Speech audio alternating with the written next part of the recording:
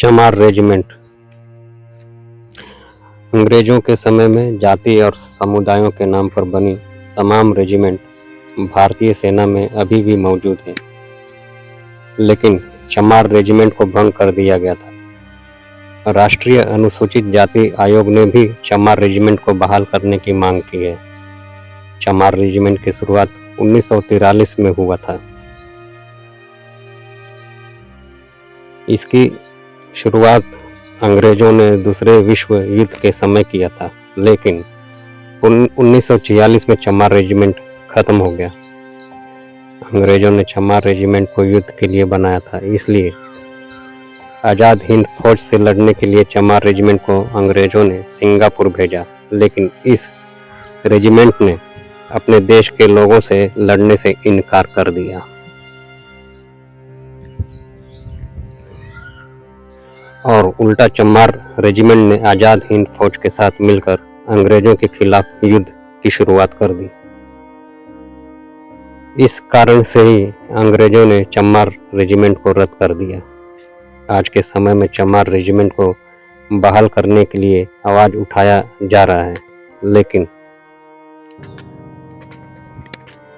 चमार रेजिमेंट क्या कभी बहाल होगा, इसके बारे में कुछ कहा नहीं जा सकता। इस रेजिमेंट को बहाल करने के लिए कई बार धरने प्रदर्शन भी समय समय पर होते जा रहे हैं।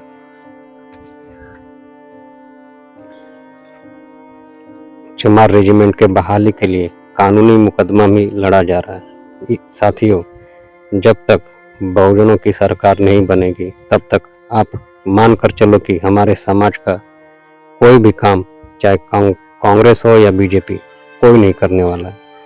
इसलिए साथियों, सारे बहुजन एक हो जाओ।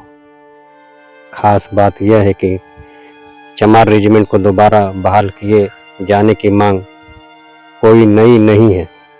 इससे पहले भी यह मांग जोर शोर से उठी थी। पिछले साल आज़ाद समाज पार्टी के राष्ट्रीय अध्यक्ष भाई चंद्रशेखर आज़ाद रावण ने भी चमार रेजिमेंट को फिर से बहाल करने की मांग की थी।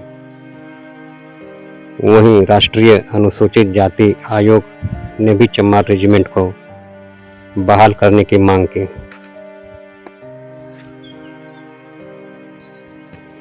दरअसल चमार रेजिमेंट मेरठ छावनी में 1 मार्च 1943 को स्थापित की गई।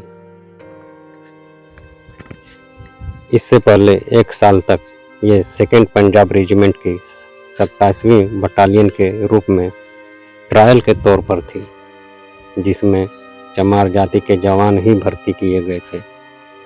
इन जवानों को हथियारों की ट्रेनिंग और शारीरिक क्षमता में खुद को साबित करने के बाद ही विधिवत तौर पर स्वतंत्र तौर से चमार रेजिमेंट की स्थापना की गई। चमार रेजिमेंट की स्थापना तात्कालिक ब्रिटिश सरकार की उस नीति के तहत की गई थी, जिन समुदायों की सेना में कभी हिस्सेदारी नहीं रही, उन्हें भी सेना में शामिल किया गया। रेजिमेंट के गठन के कुछ ही दिनों में दूसरा विश्व युद्ध तेज हो गया। विश्व युद्ध का असर एशिया तक पहुंच गया और चमार रेजिमेंट को इस वैश्विक जंग में उतारा गया। उस समय ब्रिटिश इंडियन आर्मी में दलितों की 3 रेजिमेंट थी, महार रेजिमेंट, महजबी और रामदसिया रेजिमेंट तथा चमार रेजिमेंट, जिन सभी को दूसरे विश्व युद्ध में उतारा गया। चमार रेजिमेंट की पहली बटालियन को सबसे पहले उत्तर पूर्वी राज्य गुवाहाटी भेजा गया था। इसके बाद बटालियन को कोहिमा, इम्फाल और बर्मा, वर्तमान में म्यांमार की लड़ाइयों में तैनाती मिली। 2nd वर्ल्ड वॉर में इस रेजिमेंट के कुल 42 जवान शहीद हुए, जिनके नाम दिल्ली, इम्फाल, कोहिमा, रंगून आदि के युद्ध स्मारकों में दर्ज है। केवल यही नहीं, चमार रेजिमेंट के 7 जवानों को कई वीरता पुरस्कार से भी नवाजा गया। इस रेजिमेंट की 1st बटालियन को battle of honour of Kohima award भी दिया गया। इसे आज़ाद हिंद फौज से लड़ने के लिए सिंगापुर भेजा गया था, लेकिन चमार रेजिमेंट ने आज़ाद हिंद फौज के खिलाफ लड़ने से मना कर दिया था। नेताजी सुभाष चंद्र बोस से प्रभावित होकर इसके जवान INA में शामिल हुए थे।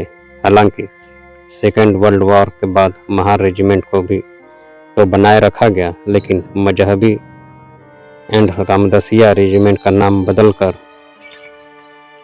सिख लाइट इन्फेंट्री कर दिया गया। लेकिन चमार रेजिमेंट को 1946 में भंग कर दिया गया। इस फैसले का विरोध भी हुआ और इसे बहाल करने को लेकर आंदोलन भी हुआ,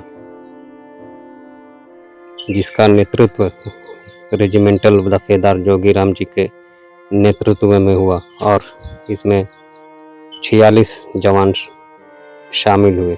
इस आंदोलन करने के कारण उन्हें जेल की सजा भी हुई। इस रेजिमेंट के एक सैनिक चुन्नीलाल जी अब तक जीवित हैं।